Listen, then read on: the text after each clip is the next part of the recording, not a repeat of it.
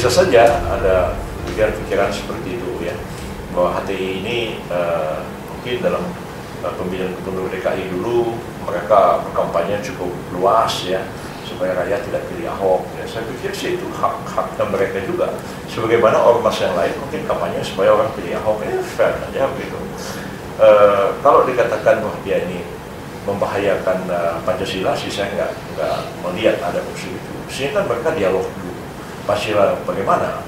Kalau dikatakan mereka mengajarkan paham khilafat, ya, khilafat itu tidak soal interpretasi.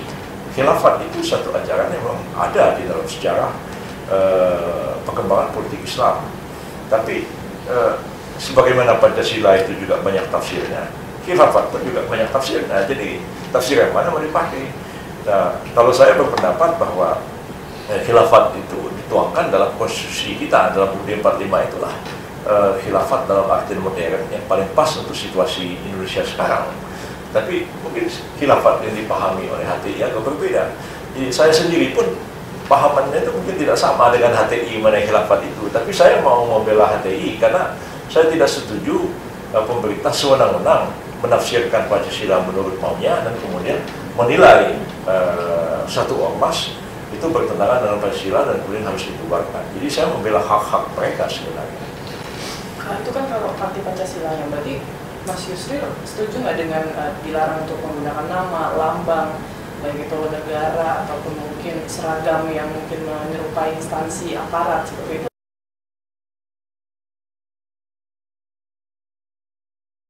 Kalau itu saya setuju. Makanya saya tidak pernah mempersoalkan itu.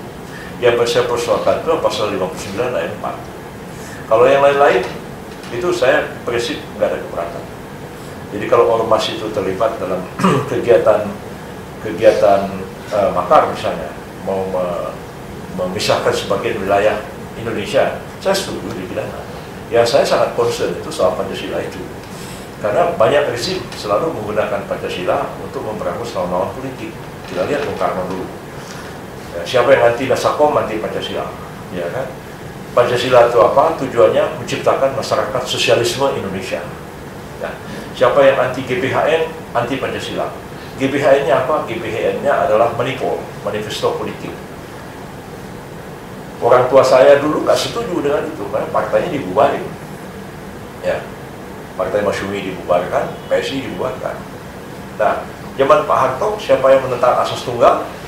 Pancasila, anti Pancasila. PII bubar gara-gara itu. Banyak pegawai negeri diberhentikan dengan itu. Saya sendiri aja hampir-hampir diberhentikan jadi pegawai negeri karena saya nggak mau ikut penataran P4. Zaman itu saya nggak mau. Sampai P4 bubar, saya nggak pernah ikut penataran P4. Nah, sekarang ini bisa dituduh juga partai-partai yang anti Pancasila. Pancasila bagaimana? Pancasila menurut Pak Jokowi. Nah, mungkin minta maaf aja kita. Kalau seperti itu dia bisa bubarin orang lain dengan cari-cari alasan ini ormas anti Pancasila. Itu sangat kita